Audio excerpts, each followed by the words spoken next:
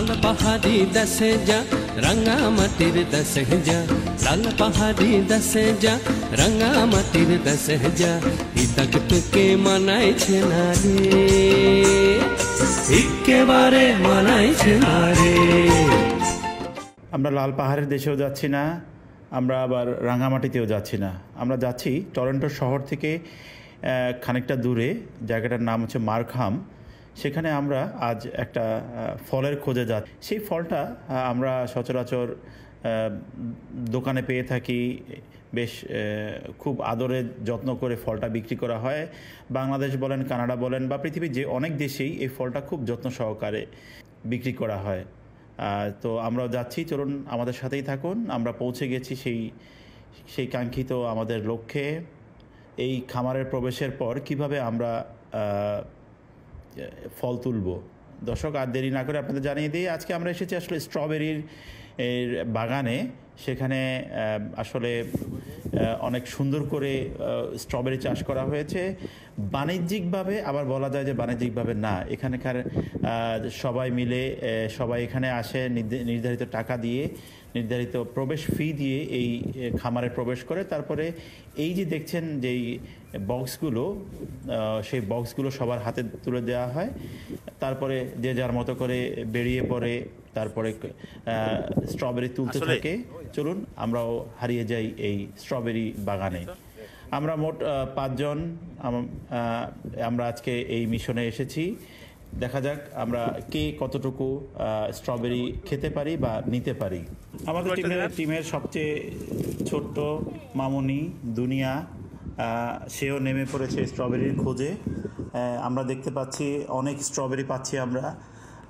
তবে একটা আফসোস যে আমরা আসলে যেই খামারটাতে এসেছি বা যে বাগানটাতে এসেছি সেটা আজই শেষ দিন স্ট্রবেরি পিকিংয়ের জন্য। তার মানে আজকের পরে এই বাগানে আপাতত আর স্ট্রবেরি তোলা যাবে না। সো বলা যায় একেবারে শেষের দিকে। আমরা হয়তো আরও কদিন আগে আসতে পারলে আরও ভালো স্ট্রবেরি পাওয়া যেত। যাই হোক, যা হয়েছে হয়েছে। আমরা স্ট্রবেরির জন্য নেমে পড়লাম। দেখা যাক। এরই মধ্যে সবাই আমরা স্ট্রবেরি খাওয়াও শুরু করে দিয়েছি। অসাধারণ টেস্ট, যেগুলো আসলে সচরাচর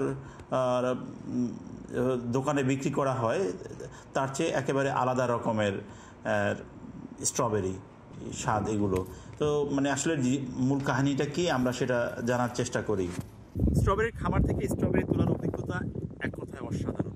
আসলে বাংলাদেশ থেকে আসার পরে আমরা অপেক্ষা ছিলাম এই দিনটার জন্য যে আমরা সব কবে স্ট্রবেরির বাগানে যাব এবং সেখান থেকে স্ট্রবেরি তুলব। এখন পর্যন্ত আসলে এখানকার নিয়মটা হচ্ছে যে আপনি নির্দিষ্ট একটা পরিমাণ টাকা দিয়ে আপনি ঢুকবেন। এই যে বাস্কেটটা দেখতে পাচ্ছেন, এই বাস্কেটের পুরোটা আপনি চাইলে যত খুশি খেতে পারবেন বাস্কেট থেকে, এবং যাওয়ার সময় এই বাস্কেট ভরে নিয়ে যেতে পারবেন। তো যাওয়ার আগে দেখি আসলে কি পরিমাণ আমরা কীভাবে তুলছি স্ট্রবেরি। চলেন একটু দেখি, আসেন আমি আপনাদেরকে দেখাই এইভাবে স্ট্রবেরি তুলতে থাকে। আসলে এই স্ট্রবেরিগুলো হচ্ছে একেবারে ব্যতিক্রম। আমরা সচরাচর বাজারে যেগুলো দেখতে পাই সেগুলো হচ্ছে হাইব্রিড টাইপের, এগুলো একটু তুলনামূলক ছোট।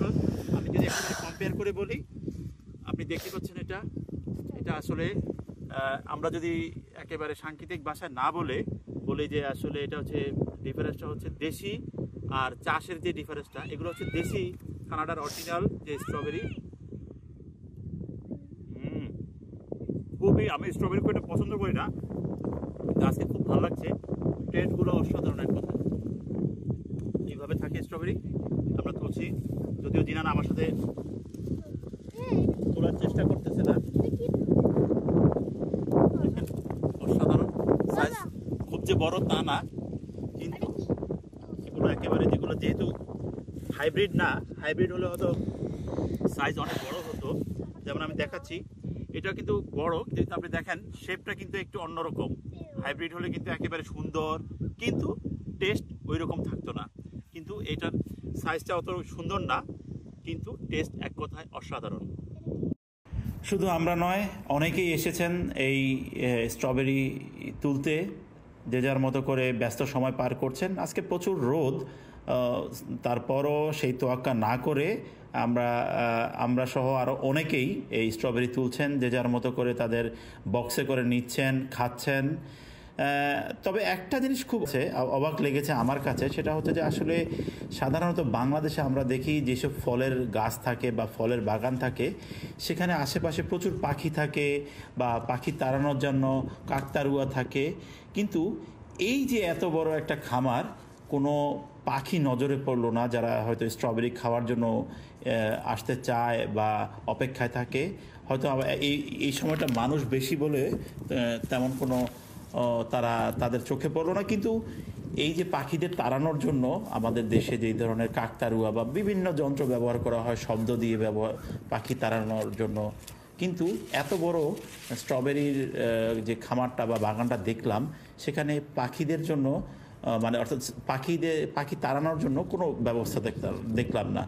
হয়তোবা মালিকপক্ষ এটাও ধরে নিয়েছে যে যেভাবে মানুষ খাবে স্ট্রবেরি তেমনি পাখিরাও খাবে, হয়তো যখন কেউ থাকবে না তখন পাখিরা এসে স্ট্রবেরি নিয়ে যাবে। তো আমরা যে যার মতো খুঁজতেই লাগলাম, আমরা পাচ্ছিও স্ট্রবেরি, বেশ সুস্বাদু স্ট্রবেরি।